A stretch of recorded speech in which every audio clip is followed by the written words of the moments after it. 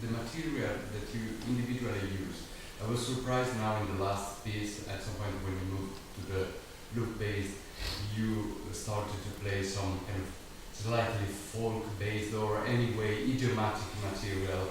And what's generally in the project the attitude or the thought concerning the nature of the material?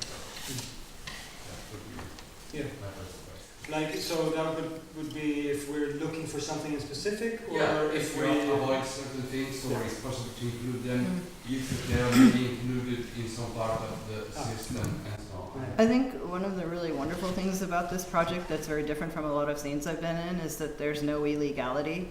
Like, there's a lot of respect in this space for that we come from 5 really different backgrounds with totally different sets of idioms, and that we can access all of that. And I'm you know, we've talked about this a lot, you and I, because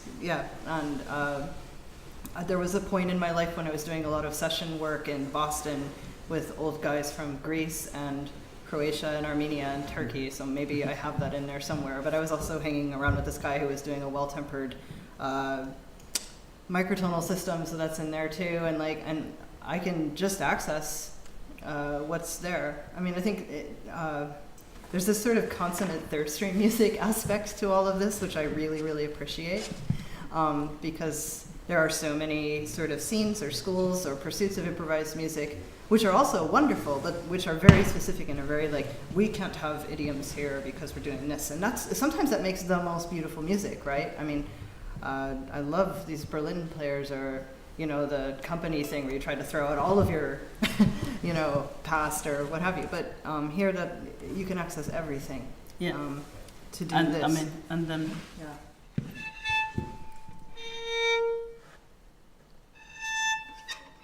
is also idiomatic, like hell. So it's... But these things, when we look at this, I mean, to be very clear, they don't sound. They are abstract. They are attractors to how we relate when playing. It's activity in a way. I mean, of course, thinking, and it's an abstract kind of musical idea, but it's never sounding. I mean, none of these sound when you look at them or think about them. It's more of an action. Methods. Yeah. Another thing about material, I would say, that is really important in this is about combination.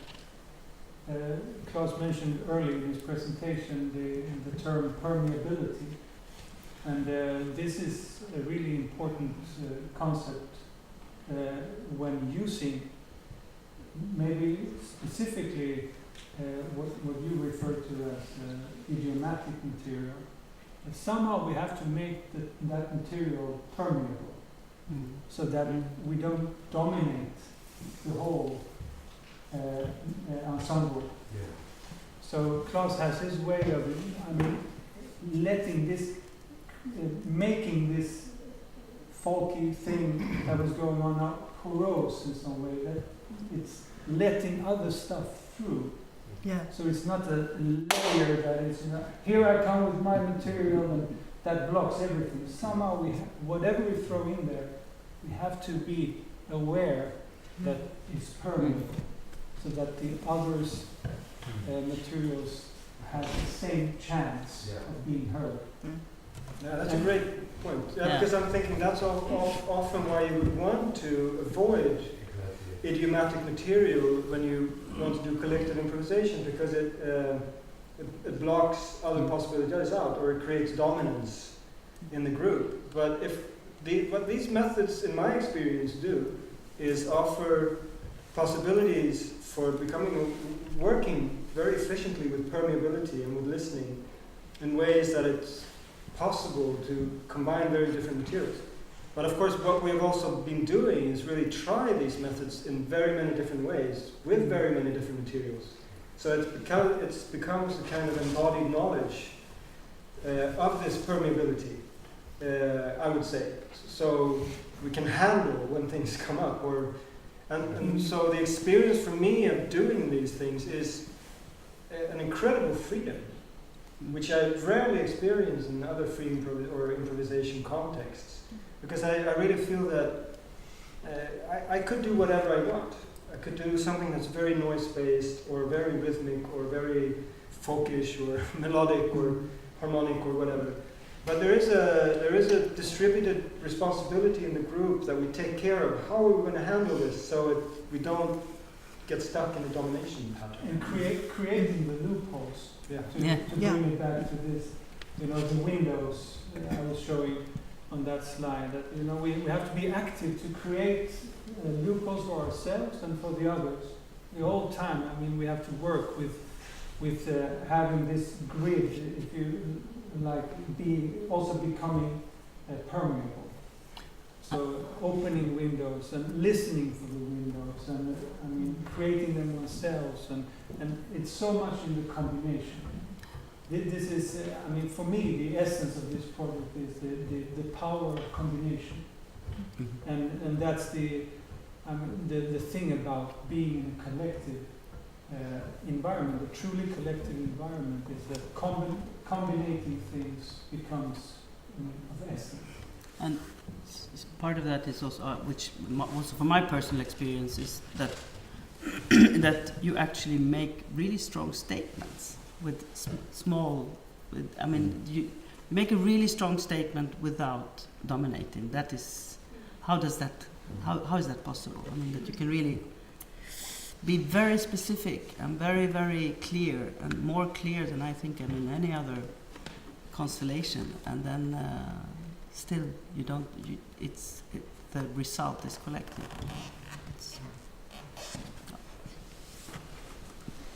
Hello? Thank you. I think it's really attractive music, and it's really what you describe as democratic and transparent, and in a way that I rarely hear at all. So I really, really like it. Just curious about the attractors. I guess if I were, let's say, were offered $1 million, if I were able to listen to a recording of your examples and a description of the attractor and combine the correct ones, I would definitely fail. Yes. Is that a problem? No, not at all. Because it's also about... We too. Yeah, because I was curious how you sensed it, if it's very obvious to you, because I guess it takes a lot of quite boring discipline to make it obvious, and it seems like you never fail to be creative artists during those exercises, which makes exercises less, I guess, obvious, and in that sense less successful, I guess. Well, I would say the opposite. They are more successful in a sense when they are not clearly perceivable.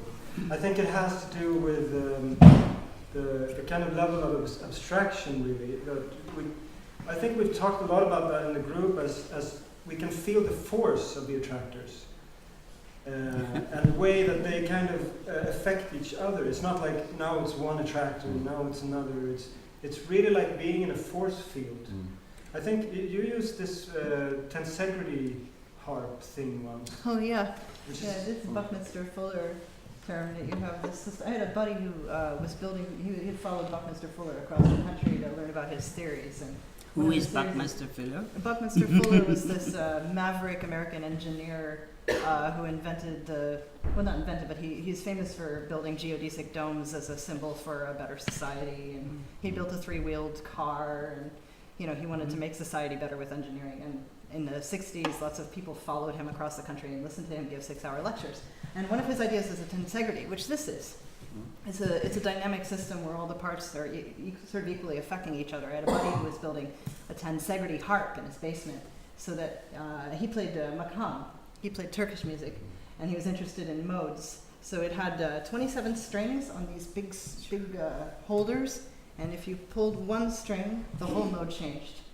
And then you pull the next, and the whole mode changes. Yeah, and that's rather like this system. I think for a lot of it, not all, a lot of improvisers are really engaged in different kinds of pattern breaking, right? You find that you're engaging a lot of patterns, and then you try to employ methods to break and change those patterns so that you can find some new music. This is a whole other different echelon of pattern breaking, in the same way that a tensegrity harp is a whole other different echelon than playing hopscotch. I mean, you know, because of the depth that you can go into these things with, and because they self-contradict. There's never a result with any of these things. There's never, because this is what we've been talking about, what Klaus has been talking about the first half, all of these sort of concepts, they're kind of slippery in your mind, right? Because you can't put your foot down on it and say like, okay, it's this. And that's sort of the essence of pattern breaking in improvised music, which is always moving and always changing.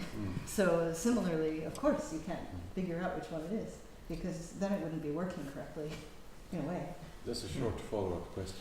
Yeah. Have you been able to use these, let's call them devices, in other situations? I mean, or does it I take... mentioned the dancing earlier. Yeah, that's right. But also with other musicians. I think alone as creators, let's say, or does it take a group of this kind of chemistry to successfully, implement them? Or I don't know. I have practiced quite some with this by myself, and but then I've been like the modular paper where we have the different changes of variables and stuff. I've been like looking like here on the right side we have nodes, which is actually like onset, like things I would look for as to react to within a group. And then I've been using like opening my window and trying to look for sounds out there, or just how does my back sound or feel, like, and use that as triggers or sparks for ideas. So even if you're playing solo, you're not alone. It's like there's constantly a lot of different impulses all the time that you can, if you want to, you can listen to them and play with them. So that's. But I think maybe you were getting at, have we, one of us, taken this into another group? So we are the minority with this material, knowing this material and bringing it into missionaries. Missionary, yeah. No, I'm doing a thing like that in 2 weeks, but not this far. I would say I use it a lot, also in my teaching, and it works really well. I think I don't present this. I don't in my courses, but in ensemble improvisation, I would pick up ideas from this, and I've used with musicians that have never improvised before, and it really works. So. Of course, it's different if you've worked for 3 years together, and something different happens. But there are also things that happen. For example, with a group of musicians, let's say classical musicians that have actually never improvised before, and you get very clear methods. They are able to do certain things that we wouldn't be able to do. But there's so many potentials, for me at least, that's how I experience it with methods. Of course, these are not the only methods in the world that are about collective creativity or that could be used. And there are a lot of people who teach collective improvisation and use different methods. But I think what we've tried to do with these methods to really get at the core of this, what I was talking about, disorder, tension, but that is also how it becomes productive. We set out in the project to kind of find something that is at the same time very concrete and usable, practically usable, but at the same time also abstract enough not to be setting any limits for how it can evolve further. So this is, I think this is what it is. It's concrete and abstract at the same time in a weird way, and it's a little bit hard to explain. But we had this experience with two of our guests. First we had 1.5 hour of discussing with them. And they have read all the material and everything. And they were a little like, we don't know. Talking about scores. Yeah, is this a score? There are many scores, hesitant. graphic scores. But then after the short break, we started playing with them, and immediately everything was really clear to them. And one of them said it was his first religious experience. That says a lot in Sweden. I think for me, the sort of defining moment of how this interacts with the outside, I went home a few months ago, and I went to this place in Brooklyn where there were a bunch of like really hardcore old free jazz players, like Matt Lavelle and Russ Moshe and Daniel Carter. These guys, they come and they play at the same time. And they also believe in collectivity, and they also believe in democracy. And to go there from this kind of an environment, and Sweden on top of that, and to re-experience the frustration I had as a 20-year-old girl with a violin, and then to approach them without saying anything. I never talked about it, because you wouldn't, but to approach it with this, like, was a really amazing way to transform that situation, and like to bring the disorder into different kinds of disorder with different ways of approaching that musically. So that wasn't practicing alone. I was sitting alone with these things too. I mean, there's always silence to play with, right? But that was a really kind of inspiring and defining moment for me about this. Yeah. I don't know if that answers your question. Yes. And then Could you tell a little about the other, the rectangular pieces and the one in the middle? no. Or give an example. It's too complicated. No, but of course that would be fun. We could actually, maybe we could do an experiment with something like that. The rectangles are resonators, so they are, in a sense, very reduced kind of attractors. It's a simple way to put it, but that means that they get different functions than attractors. So they can be used also to connect different attractors, and they can be used as transitions between attractors. And so they have a little bit of a different function in a way.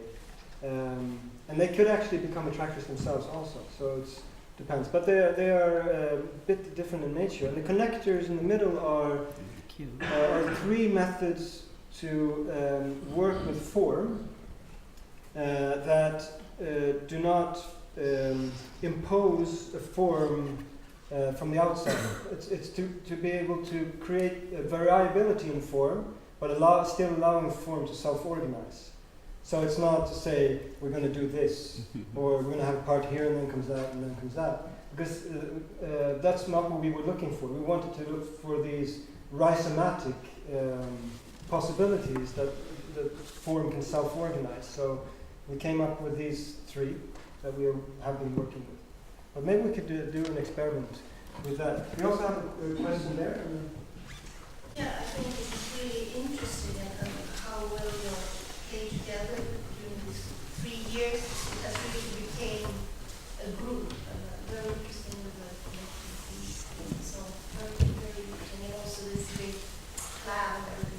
But I was a little bit concerned about the terms that you use from mathematics and dynamic systems.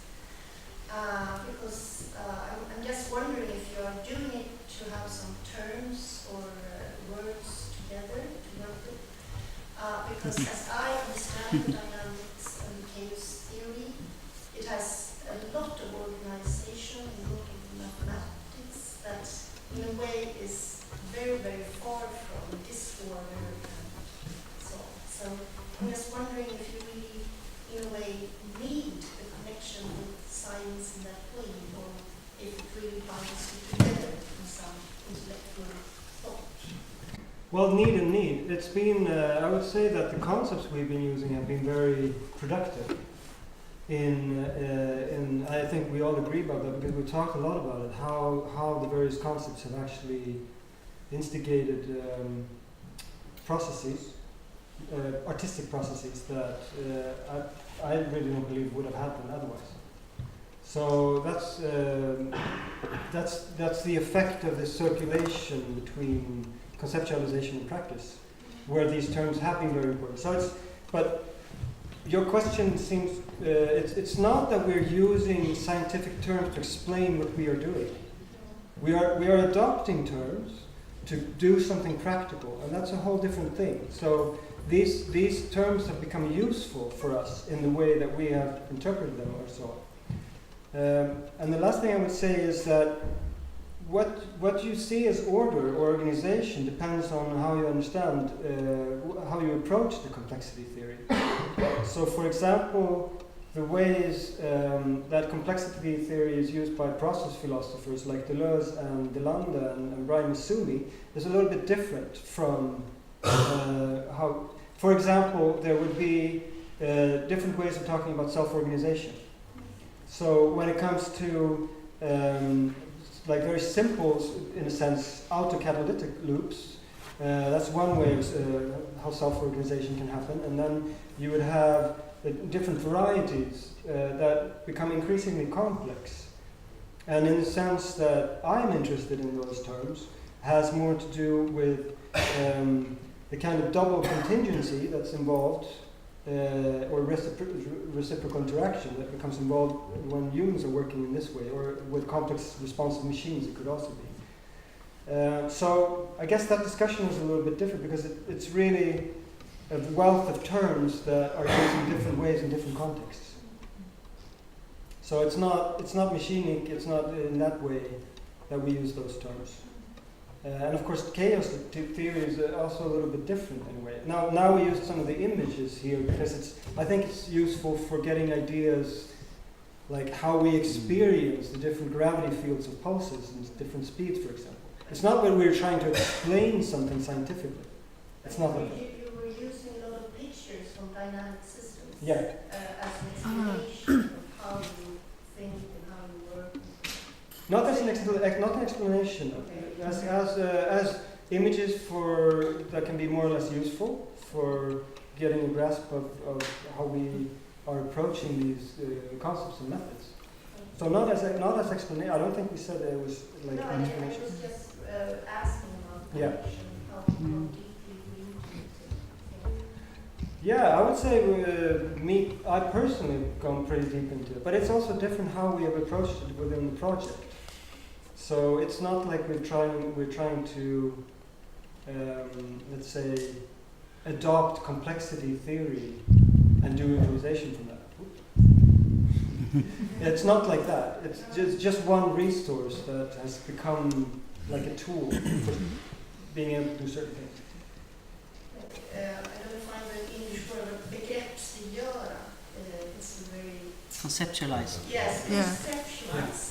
It's a very nice term when you're researching, doing research work with music. I mean, it's always hard to find words. So I think it's very interesting how you find the terms. Yeah. Mm. Yeah. Yeah, I would say it's really a resonation between picking certain inspirations and resources, not of course doing it in a sense that is completely detached from the original context, but because then there would be no force that comes into what we are doing. Then there would be no resonation. Then there would just be like, we just pick a concept and we do whatever we want with that concept. It's not like that. You want some force to come externally, but then also that something happens in the encounter with what we are doing, because otherwise it's also not a resonation. But then everything is dead, right? So we want something to come from the outside that encounters what we are doing, and from that something new happens. That's been the idea of this process-based conceptualization. So the complexity theory terms change in and through this encounter, this circulation. Yeah, something like that. So we have one question there, and then one there, and one there. Thank you. This was my first improvisation. So maybe this is a very stupid question, but I wonder what is improvisation. And I understand there are some rules. I'm interested in co-creation in design, and that's have similarities. And I understand they have rules, like not being too dominant is one. So are there other rules as well? So that's my two questions. Yeah. There's so many different groups of people who do improvisation. Don't hear you. There's so many different groups of people who do improvisation, and every group of people has a different set of parameters. Sometimes, like, we're like being super explicit and articulating ourselves, and in other places, people just show up and do this really specific thing, and nobody says anything about it. And they're all improvising. They're all showing up and making something now without a preconception or without a plan. And like, even, we have some things that are like rules and plans, but even within that, it will be totally different every single time because they're principles that guide us to make these spontaneous things. Just like what we were doing in the beginning. Yeah. Yeah, we had sort of a principle and then we were making spontaneous things. If we did it again, it would be different. There'd be different sounds, different things. Like, which is what's, for me, really exciting about improvisation. Improvisation and collective design sounds really cool. Do we have any other rules? Listening. Yeah, I mean, I wouldn't call them rules, but it's more like a dedication to certain things. I mean, if we want collective creativity to happen, there is this responsibility that's kind of distributed in an ensemble, not to have domination patterns going on. That's if we want collective creativity. I mean, maybe we want something else for a while, and then we can use hierarchy for that. That can be useful for other purposes. But I would say it's more of a dedication. It's more of a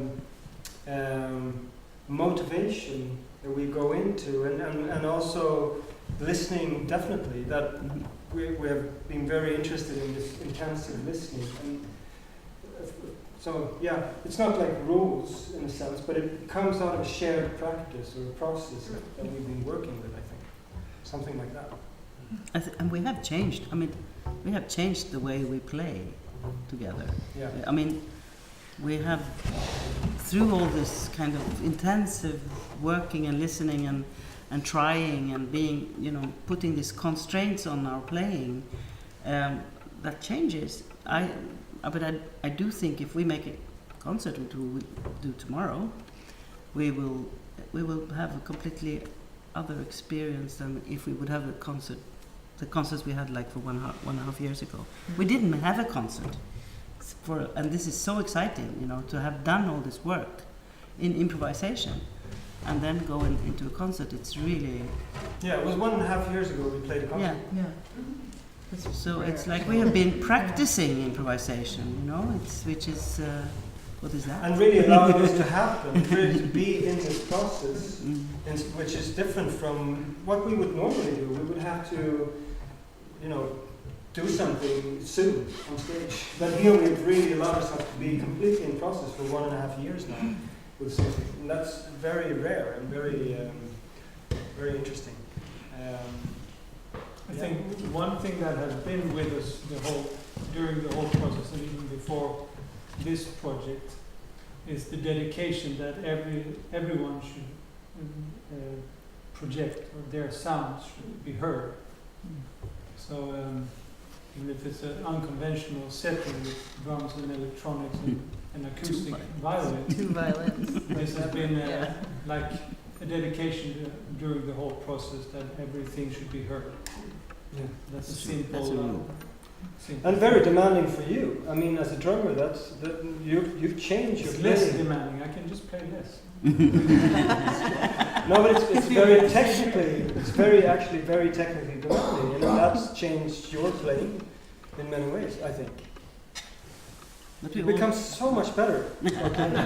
It's not like that, but it's changed your options, and I mean that's an interesting thing. What happens when because of the circumstances of the room, the instruments, and everything. But I just wanted to say one more thing, and that's I think what often happens in collectives is that we don't talk about what's underneath. Like that there might be rules, but they are tacit or they are implicit. And I think what we've been doing is really to bring everything up and to really talk about things and, like you said, be explicit. And that's actually makes this less rule-bound, I would say, because it makes it possible to always confront what's happening in the group dynamics, because we have words for it. But then also, I mean, we have each and one of us some kind of aesthetic preferences, of course, that we don't bargain with, I mean, in this situation either. So it's that makes some kind of rules that are not visible or heard or seen or I don't know, that's... Yeah, of course. There's and they are much, I think after this time we have also found the shared preferences. Yeah. Just through playing. And So that let's take two more questions. We have one there and one there, I think. And then I think we would like to finish off with just playing something for you before 6:30. We're going to end at 6:30. Yes, please. Yeah, so I'm curious about your view on the role of the listener or the audience. Is that something that you have taken into the project? Is there like place for the listener or the audience within your system? No. Or is that, would that be a... In what sense? I mean, I'm curious about what you mean. Well, you were touching on it, like you were touching on that, especially when we did the thing where we all make sounds, that we are suddenly participating or like influencing each other. And you were talking about the concert, you didn't have a concert and you didn't have like an audience. So I'm wondering, and now that this research project is coming out in the public, what is the role of the listener or the audience? Is there a part for it within the system? Personally, I don't see the role for the listener in the sense of like being part of a system or something. I mean, I don't think of this much as a system either. But anyway, what I do think is that what becomes important in the kind of improvisation that we do when we have this the differences that we are working with is that a listener also has to be active. You as a listener have to be active in how you relate to the different things going on in the music. So every experience in this room will be different from another's. Because the music is more ambiguous, it's more multiple in a sense. And this is how I think about it, that also means that you're creative as a listener, but not in the sense that you're adding to what we are doing. Or as an interpreter. But as an interpreter if you want, but I also feel that there is becomes a certain kind of energy in that, because it requires a certain kind of intense openness and listening. And I feel that when I play with an audience. So it's not like I don't care that you are here, or I don't feel it. I experience it very closely. But it's not active in the sense that it would be a performative thing that... But is it something that you have incorporated in the project, or would that be like a... Let's put it like we really long for an audience now. That's what we do. Yeah. This is wonderful. You're listening to us. I mean, it's like, I feel very much that we have kind of gathered such a spellust, play need and desire to play for people, because that's what's left now. Now we work like hell on this, and now I would just want to make concerts. So the audience is very, and you know how it is with the audience. You feel the audience always, the reaction, the tension or concentration or everything. So that's what we lack now, I would say. But we haven't explicitly talked about that sense of the audience being... So that would be a topic of further research. Yeah, of course, it could be a collaborative thing in other ways. But we have talked a lot about how this music might affect listeners. So in that sense, we have talked about it. I mean, improvised music, the audiences for improvised music is a really fascinating thing in and of itself. there's a couple of people sitting in here who I see at almost every improvised music concert who I know are listening to the music almost as much as I am. And so when I play for these audiences of people who come to improvised music concerts are serious business to play for. So anything that I'm engaged with improvised music, like, so this where we've been, this is a research institution for music where you actually, in many cases, take the music outside of the public and put it in this other place and work upon it and then send it back out. And we're engaged in a project, in a project of that in a lot of ways, but always with improvised music, the hope for me at least is to create a specialized kind of a space, a place, a world for anyone who took time out to come and join me there. And this space that we've created, because we've had such a concentration with it, I really want to, I'm believing actually that what we make here will translate into that space for other people. That's the hope. Yeah. Yes, I hope my question is not being vague, but I tried. I think it's very refreshing and inspiring to have like this whole method and like taking apart. I mean, not taking it apart, but thinking it so concretely about how to improvise together. And I just wonder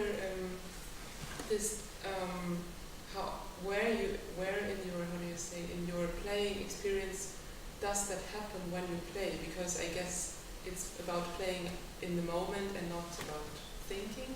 So I wonder, is it like, besides that it's of course a method for teaching or analyzing, but is it when you play that this works more like a toolbox that you have worked on and experienced, and then in the moment of playing the concert or playing together, it's just that it's internalized and you don't think, now I will do this, or it's more like that it's then in your body and you just live that when you play. The spectrum of all of that. Everything you just said all happens without excluding one another. Yeah. And we should show the somatic score. we showed it, yeah. We should. Yeah. We should do one. Yeah. Yeah, we can do one. Because then that's Kind of good one example way. That's actually a good Yeah. question to dovetail into what we're going to play. In fact, it really actually is. Because, yeah. Here are suggestions for. Yeah, so here's a bunch of, if you take one of those, it has some of the attractors we talked about today, and some of these sort of, resonators. They're like mini attractors and effect attractors, if you like. And you see, they're not in any timeline, and they're not in any importance, and they're not in any, you can choose this one, that one, or only one, or all of them, and you could plan it, or you could just sort of have it in front of you and it comes from your body, or, Yeah, so it's about how all the time you experience this score in this moment without, and may it be that you analyze it totally differently, without, and just feeling how you analyze it or how the other one interprets it. Yeah, from moment to moment, it would change. Like, maybe in one time I'm really thinking. And then we also have play this A, B, and C. I mean, it could be very strict. We can decide that we will be strict. Yeah, yeah. And we can be Elastic. elastic. Yeah. And we can be completely free. Use the material if you want. But I think it's a great question. I mean, for me, it's a continuum where sometimes I would have explicit thoughts that now I'm doing this and now they are doing that, and that might be a complete misunderstanding of what they're doing. Mm-hmm. They might be doing something completely else, but that's not the point. It's not like, because these misunderstandings, if you want, can be very productive. Mm-hmm. Because that's just how I hear things. And then sometimes it becomes very clear that, oh, we're actually using this tension. But it's more the tensions, the disordering creativity that's there, that's the important thing. And whatever tools that create that. So there would be a continuum for me where I could have very explicit thoughts, or I could work extremely intuitively. And it's not like separate, it's more like, sometimes it's almost a thought, whereas it's an intuition. It's kind of thought infiltrated, or I don't know how I would put it. It's like that's how I experience it, at least.